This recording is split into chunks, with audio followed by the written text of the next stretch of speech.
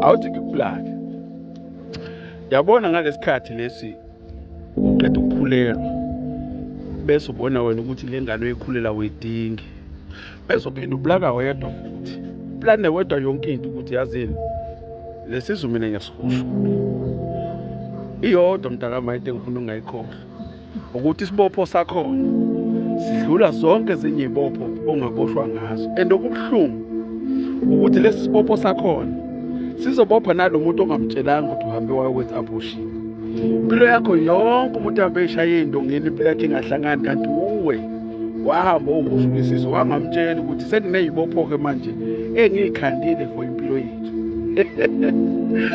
Mina ngathi uma uzokwenza leyo nto uzothatha leso sinqumo umtshele nalomunye ukuzazi ukuthi phela lesi sibopho yena uzosimisa kanjani, ngoba yabona isibopho sokukhipha isisu ekuyenzeka sibe ngunaphakade, kuyenzeka futhi ugijima izinyanga ukuthi uyasigeza singagezeki.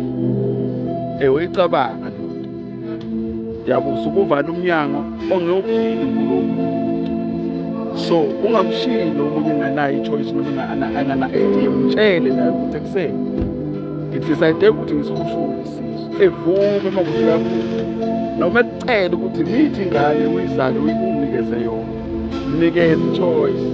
Mamshiyi kanjalo kumnyameni, ngiyakuplaka.